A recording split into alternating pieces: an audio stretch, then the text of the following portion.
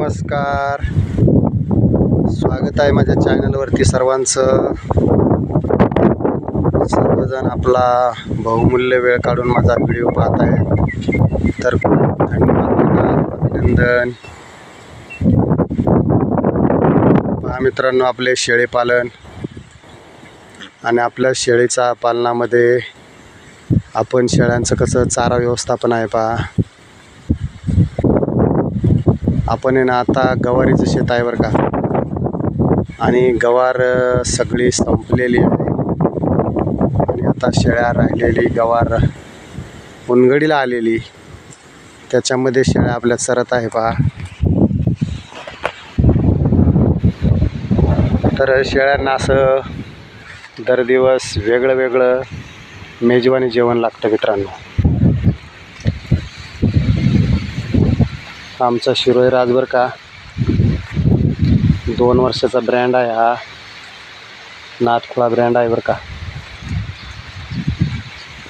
तर पहा शेळ्यांना किती मस्त चारा आहे आणि खूप छान सुंदर अशा शेळ्या चरत आहे. तर मित्रांनो, शेळ्यांना नुसतं घरी चारा घालून भागत नाही, तर काय होतं, त्यांना तास 2 तास बंदिस्त शेळीला फिरिस्ती तरी करायला पाहिजे.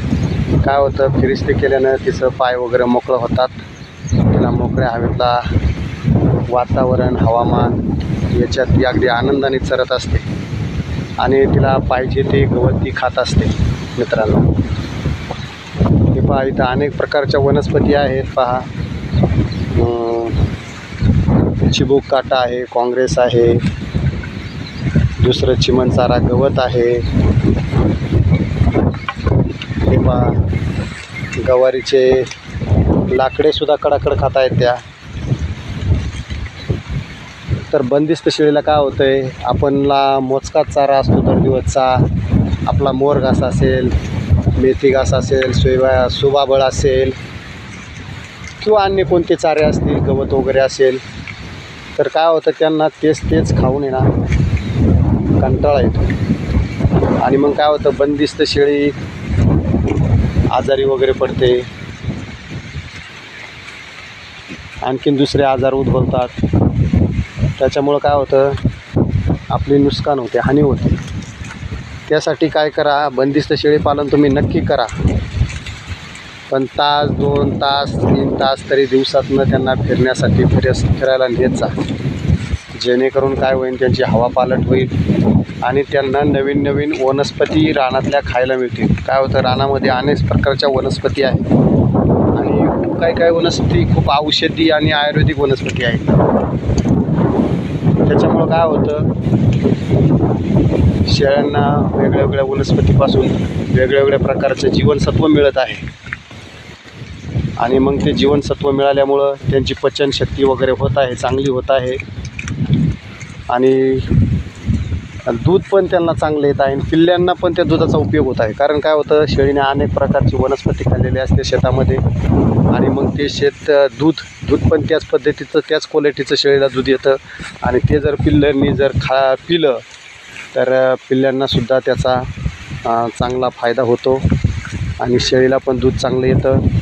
तसं आपल्या घरच्या चाऱ्यावरती बांधून ठेवल्यावरती पाहिजे असं शेळीला खुलं वातावरण मिळत नाही मित्रांनो. त्यासाठी शेळीपालन करताना 1-2 तास तरी दिवसातनं त्यांना फिरण्यासाठी बाहेर शेतामध्ये घेऊन जा.